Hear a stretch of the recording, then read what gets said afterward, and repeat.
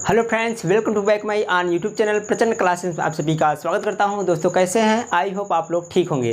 दोस्तों जैसे कि आप लोग को बता देना चाहते हैं, आप लोग जान भी रहे हैं कि कक्षा 6 का जियोग्राफी स्टार्ट किया है एनसीईआरटी बुक, वो भी किसके लिए? यूपीएससी प्रिपरेशन छात्रों के लिए। तो दोस्तों देर न करते हुए इस महासंग्राम क्लास को ज्वाइन करें और अपने सपने को साकार करें। दोस्तों आज हम पाठ 3 लेकर आए हैं जो आपका नाम है पृथ्वी की गतियाँ, कि पृथ्वी कैसे गति करती है, पृथ्वी का दिन और रात कैसे होता है। दोस्तों आज हम मज़े के साथ पढ़ेंगे इस चैप्टर को और अपने सपने को साकार करेंगे। दोस्तों देर न करते हुए हम अपने वीडियो को स्टार्ट करने जा रहे हैं। उसके पहले आप लोग को हम बता देना चाहते हैं कि जो आपका ये भूगोल चैप्टर हमने स्टार्ट किया है, ये अगर आप लोग तैयारी करोगे तो आपका अच्छा खासा रैंक आने के लिए संभावना हो जाएगा दोस्तों, क्योंकि सिविल सर्विस के लिए आपका बेसिक ही बहुत ज़्यादा ज़रूरी है। तो दोस्तों देर न करते हुए हम अपना वीडियो स्टार्ट करने जा रहे हैं। और अगर हमारे इस वीडियो पर नए हो और चैनल पर नए हो तो इस चैनल को सब्सक्राइब कर लीजिए और बेल आइकन दबाकर ऑल सेलेक्ट कर लीजिए, जिससे मैं कोई वीडियो अपलोड करूँ उसका हर नोटिफिकेशन सबसे पहले आप तक पहुँचे। दोस्तों देर न करते हुए हम वीडियो को स्टार्ट करने जा रहे हैं। आ जाओ दोस्तों, कहा जा रहा है कि जैसा कि आप जानते हैं कि हम लोग जानते हैं कि पृथ्वी की गति 2 प्रकार की होती है। कहने का तात्पर्य है जो आपका पृथ्वी है यह कितने प्रकार की गति में करती है? 2 प्रकार का होता है। ठीक है दोस्तों, कहा जा रहा है घूर्ण एवं परिक्रमा। क्या हो जा रहा है? घूर्ण होता है और एक होता है परिक्रमण। कहने का तात्पर्य जो आपका पृथ्वी है ये 2 प्रकार की गतियों से गति करती है। एक आपका होता है घूर्णन गति और एक आपका होता है परिक्रमण। कहने का तात्पर्य घूर्णन का मतलब क्या होता है? जो आपका जैसे आपका कुम्हार का चकिया होता है उसमें जो ध्रुव होता है वो क्या होता है? स्थिर रहता है दोस्तों, और उसमें जो चाक होता है क्या होता है? चलता रहता है, घूमता रहता है। ऐसे ही हमारी पृथ्वी फिर क्या करती है भैया? गति करती है, घूमती है। और इसके बाद परिक्रमा का मतलब होता है सूर्य का चक्कर लगाना। पृथ्वी क्या करती है? सूर्य का चक्कर लगाती है। ठीक है दोस्तों, तो वही बोला जा रहा है पृथ्वी की गति 2 प्रकार की होती है। एक आपका होता है घूर्णन और एक होता है क्या? आपका परिक्रमण। ठीक है दोस्तों, कहा जा रहा है पृथ्वी को अपने अक्ष पर घूमना घूर्णन गति कहलाता है। हमने बताया जैसे कुम्हार का चकिया जिसका ध्रुव क्या होता है? स्थिर रहता है और चकिया करता है, घूमता रहता है। ऐसे ही आपका जो पृथ्वी है, पृथ्वी का अपने अक्ष पर क्या होता? घूमना क्या कहलाएगा? घूर्णन गति कहलाएगा, घूर्णन कहलाता है। ठीक है, पृथ्वी जो अपने अक्ष पर घूमती है वो आपका क्या कहलाएगा? घूर्णन कहलाता है। सूर्य के चारों ओर एक स्थित कक्ष में पृथ्वी की गति को परिक्रमण कहते हैं। कहने का तात्पर्य है जो पृथ्वी आपका होता है सूर्य का चक्कर लगाता है। ए बाबू, आपका ये मान लीजिए पृथ्वी है और ये आपका मान लीजिए सूर्य है। तो भैया सूर्य आपको दिखाई दे रहा है, जो आपका जो पृथ्वी है ये क्या करती है? सूर्य का चक्कर लगाती है। ठीक है दोस्तों, हाँ तो वही कहा जा रहा है कि सूर्य के चारों ओर एक स्थित कक्ष में, मतलब आपका स्थिर कक्ष रहेगा। ये नहीं कि आगे पीछे घूम टहर के इधर उधर हो जाए, नहीं, एक स्थिर कक्ष में क्या करती है? पृथ्वी गति करती है, जिससे क्या कहा जाता है? परिक्रमण कहा जाता है। क्या कहा जाता है भैया? परिक्रमण कहा जाता है। पृथ्वी का अक्ष एक काल्पनिक रेखा है। बोला जा रहा है जो आपका पृथ्वी का अक्ष होता है वो क्या होता है? एक काल्पनिक रेखा होता है। ठीक है दोस्तों, जो इसके कक्षीय सतह से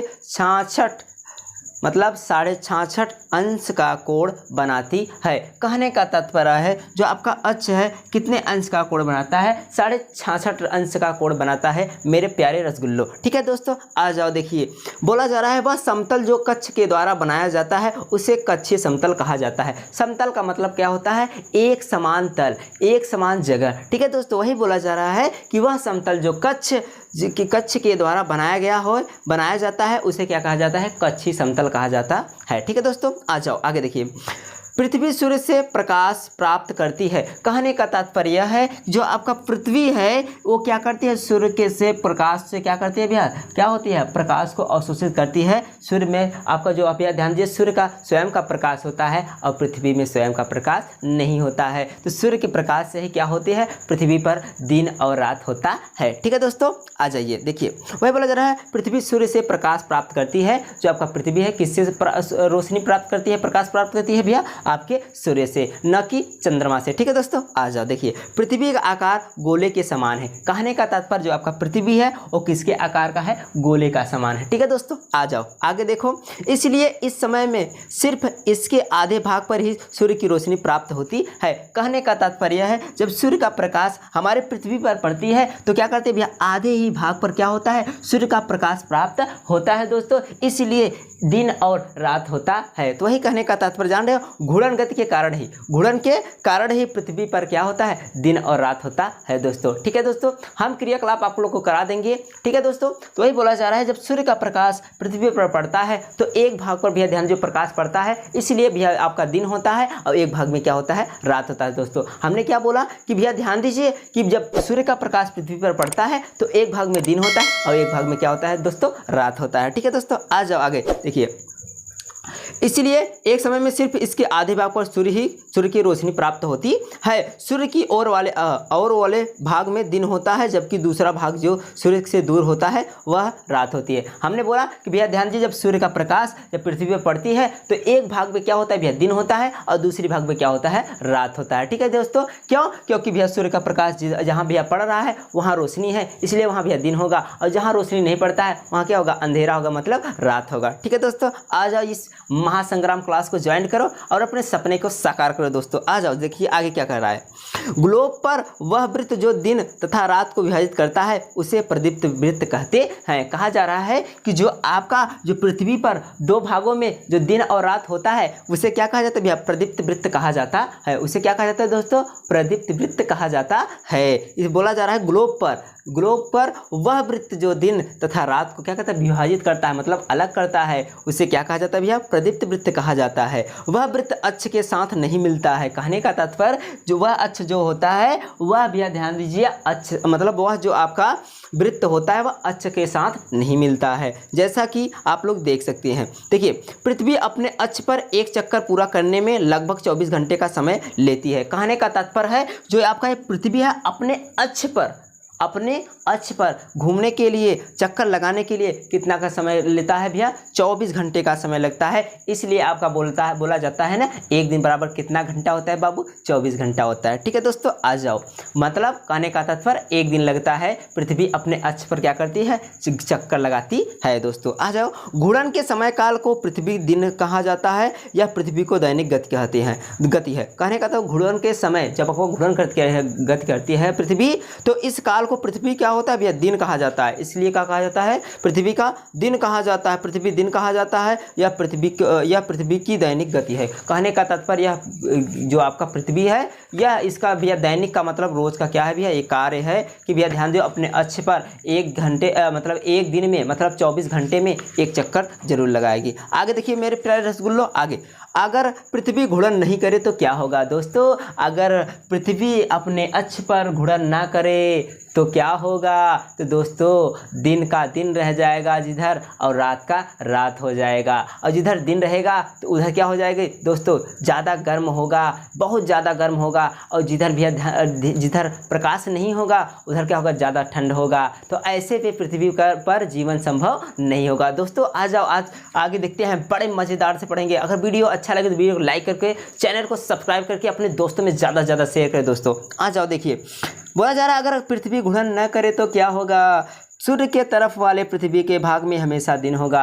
मतलब जो आपका सूर्य का वाला भाग होगा, मान लीजिए सूर्य का प्रकाश इस पृथ्वी पर पड़ा, तो पड़ने के बाद एक भाग में क्या होगा भैया? आपका प्रकाश होगा और दूसरी भाग में प्रकाश नहीं होगा दोस्तों। तो वही बोला जा रहा है कि पृथ्वी के तरफ वाले सूर्य के तरफ वाले पृथ्वी के भाग में हमेशा क्या होगा भैया? दिन होगा, जिसके कारण उस भाग में गर्मी लगातार बढ़ेगी। और वास्तव में भैया धीरे धीरे आपका गर्मी क्या होगा? बढ़ता चला जाएगा, और एक समय ऐसा आएगा कि यहाँ के जितने भी प्राणी क्या भैया लुप्त हो जाएंगे, गायब हो जाएंगे। पानी वगैरह भैया जब समाप्त धीरे धीरे होने लगेगा तो क्या होगा?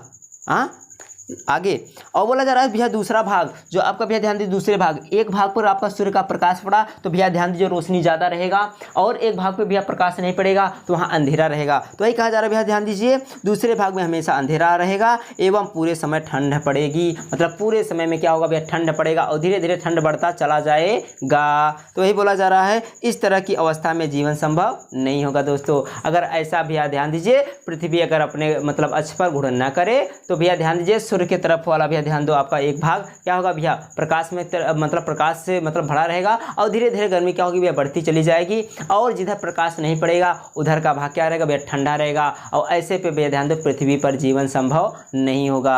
ठीक है दोस्तों, आगे देखिए, पृथ्वी की दूसरी गति जो सूर्य के चारों ओर कक्ष में होती है उसे भैया परिक्रमण कहा जाता है। कहने का तात्पर्य ध्यान दीजिए, जो आपका ये पृथ्वी है इस सूर्य क्या क्या करती है, चक्कर लगाती है, परिक्रमा करती है। वही बोला जा रहा है कि पृथ्वी की दूसरी गति जो आपका सूर्य के चारों ओर कक्ष में, मतलब भैया ध्यान दो एक स्थिर कक्ष होता है, उसमें क्या करती है पृथ्वी सूर्य का भैया क्या करती है भैया, चक्कर लगाती है, जिसे क्या कहा जाता है भैया, परिक्रमण कहा जाता है। आगे देखिए भैया, पृथ्वी एक वर्ष या 365 दिन में सूर्य का एक चक्कर लगाती है। कहने का तात्पर्य जो आपका भैया पृथ्वी है वह सूर्य का चक्कर लगाने में 365 दिन का समय लगता है, एक चक्कर लगाने में दोस्तों। तो ये बोला जा रहा है पृथ्वी एक वर्ष या 365 दिन में सूर्य का एक चक्कर लगाती है। जो आपका पृथ्वी है सूर्य का भैया चक्कर 365 या फिर एक वर्ष में भैया क्या करेगी भैया, लगाता है। तथा सुविधा के लिए 6 घंटों को इसमें नहीं जोड़ते हैं। कहने का तात्पर्य जो आपका भैया ध्यान दीजिए 365 दिन और भैया 6 घंटा लगता है, तो इसीलिए भैया ध्यान दीजिए सुविधा के अनुसार क्या किया जाता है भैया, 6 घंटे को हटाकर भैया ध्यान दो 1 वर्ष कर दिया जाता है टोटल।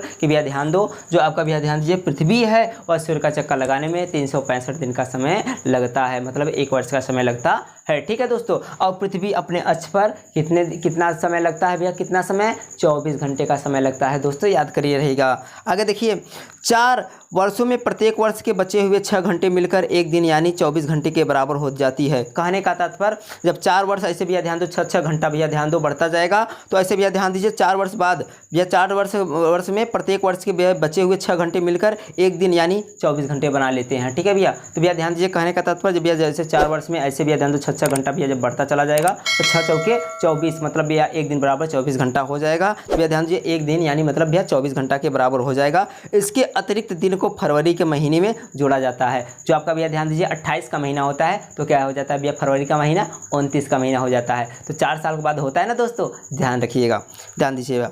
तो ये बोला जा रहा है भैया इसके अतिरिक्त दिन को फरवरी के महीने में जोड़ा जाता है। इस प्रकार प्रत्येक चौथे वर्ष फरवरी माह 28 के बदले 29 दिन का हो जाता है। कहने का तात्पर्य बोला जाएगा ना भैया कि भैया ध्यान दे इस प्रकार प्रत्येक चौथे वर्ष मतलब 4 वर्ष बाद आपका जो फरवरी है वो भैया ध्यान दीजिए 28 के बदले क्या हो जाएगा, 29 दिन का हो जाता है दोस्तों। आ जाओ, ऐसे वर्ष जिसमें 366 दिन होते हैं उसे लीप वर्ष कहा जाता है। कहने का तात्पर्य भैया अगर 365 दिन है तो आपका भैया लीप वर्ष नहीं होगा, अगर 366 दिन हुआ दोस्तों आपका उसे क्या कहेंगे, एक नया नाम दे दिया जाएगा, क्या भैया, लीप वर्ष। आओ दोस्तों पता लगाइए कि अगला लीप वर्ष कब होगा। तो भैया हम लोग पता लगाइए कि अब अगला लीप वर्ष कब होगा दोस्तों। तो हमारा अगर वीडियो अच्छा लगा तो वीडियो को लाइक करके दोस्तों चैनल को सब्सक्राइब कर लीजिए और अपने दोस्तों में ज़्यादा से ज़्यादा दोस्तों शेयर करिए। अगर आपको एनसीईआरटी बुक कलेक्ट करना चाहते हो भैया ध्यान दीजिए तो हमारे इस निजी नंबर पर संपर्क करके हमसे अपना बुक कलेक्ट कर सकते हैं बहुत सस्ते में दोस्तों। ठीक है दोस्तों, तो हमारा वीडियो कैसा लगा आप लोग कमेंट में ज़रूर बताना।